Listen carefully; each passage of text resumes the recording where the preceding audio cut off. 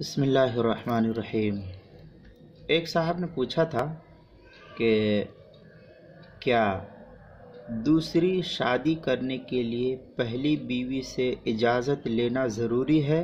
اسلام میں کیا اس کا حکم ہے دوسری شادی کرنے کے لیے پہلی بیوی سے اجازت لینا ضروری ہو؟ صحیح مسئلہ کیا ہے اس سلسلے میں اصولی مسئلہ اور فقہ جو لکھتے ہیں وہ یہ کہ پہلی بیوی سے اجازت لینا ضروری نہیں ہے۔ دوسرے نکاح کرنے کے لیے پہلی بیوی سے اجازت لینا ضروری نہیں، البتہ بہتر ہے، لیکن بیویوں کے درمیان ہر طرح سے انصاف رکھنا لازم ہے۔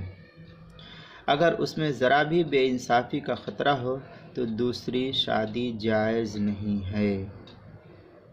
اب اس سے یہ بات صاف ہو گئی کہ دوسری شادی کے لیے پہلی بیوی سے اجازت ضروری نہیں، اور اگر دونوں کے درمیان انصاف نہ ہو تو پھر ایسی صورت میں دوسرا نکاح جائز نہیں ہوگا۔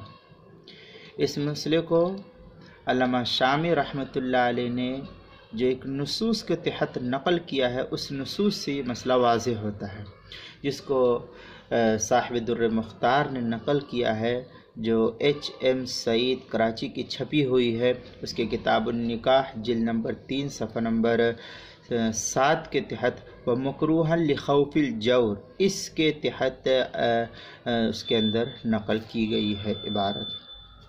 لہذا مفتی تقی صاحب عثمانی نے بھی اپنے فتاوی عثمانی کے اندر نقل کیا ہے، کتاب النکاح فتاوی عثمانی دوسری جلد صفحہ نمبر 309 کے اندر یہ مسئلہ انہوں نے لکھا۔ ان سے کسی نے پوچھا ہے کہ اگر کوئی شخص ایک سے زائد نکاح کا خواہش مند ہو تو کیا پہلی بیوی سے اجازت لینا ضروری ہے یا صرف برابری کرنا ضروری ہے، اجازت لینا ضروری نہیں ہے؟ تو انہوں نے وہی جواب دیا ہے جو اوپر میں نے آپ کو بتلایا۔ لہذا دوسری بیوی سے اجازت لینا ضروری، دوسری شادی کرنے کے لیے پہلی بیوی سے اجازت ضروری نہیں ہے، لیکن جب دوسری کر لیا ہے تو دونوں کے درمیان انصاف ضروری ہے، اور اگر انصاف نہ کر سکتا ہو تو پھر دوسرا نکاح جائز نہیں ہے۔ السلام علیکم ورحمۃ اللہ۔